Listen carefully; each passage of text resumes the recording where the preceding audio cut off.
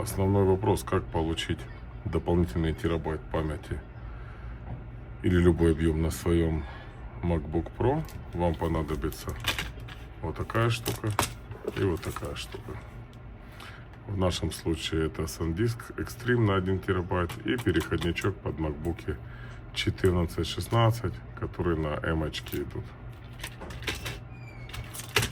Пробуем. Итак, наш с вами SanDisk.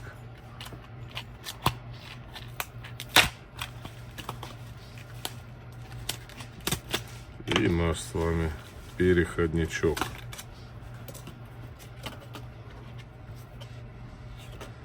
Оп. Сейчас мы. Ага. Сейчас ставим. Так, пробуем. Есть проблема. Вы ее потом оттуда не вытащите. Ну что, сейчас попробуем вставить в MacBook. Так, и пробуем.